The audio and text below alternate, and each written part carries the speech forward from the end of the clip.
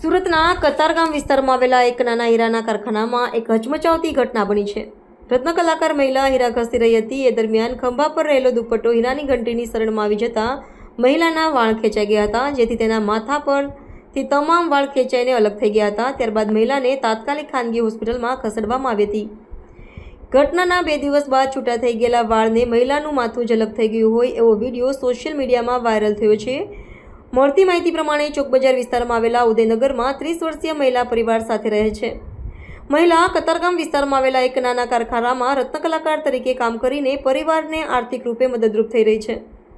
ગત 20 ઓગસ્ટના રોજ સવારે મહિલા કામ કરવા માટે કારખાના પર પહોંચી હતી। બપોરના 11:30 આસપાસ હીરા ઘસવાની ઘંટી પર કામ કરી રહી હતી। હીરા ઘસવાની ઘંટીમાં રહેલી શરણમાં મહિલાના ખભા પર રહેલો દુપટ્ટો આવી ગયો હતો। આ દુપટ્ટાની સાથે જ મહિલાના વાળ અને તે પોતે પણ ખેંચાઈ ગઈ હતી। સાથી કામદારોએ તેને બચાવવાનો પ્રયાસ કર્યો હતો, જો કે થોડી ક્ષણોમાં જ તેના માથામાંથી તમામ વાળ છૂટા પડી ગયા હતા અને દૂર ફેંકાઈ ગયા હતા।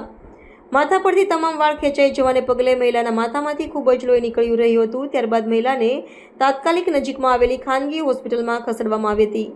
વધુ સારવાર માટે હાલ તે લાલ દરવાજા ખાતે આવેલી ખાનગી હોસ્પિટલમાં સારવાર હેઠળ છે। 2 દિવસ બાદ એટલે કે આજે ત્રીજા દિવસે મહિલાના વાળ ખેંચાઈને દૂર પડ્યા હોય, મહિલાનું માથું ધડથી અલગ થઈ ગયું હોય એના નામે સોશિયલ મીડિયામાં વિડીયો વાયરલ થયો છે।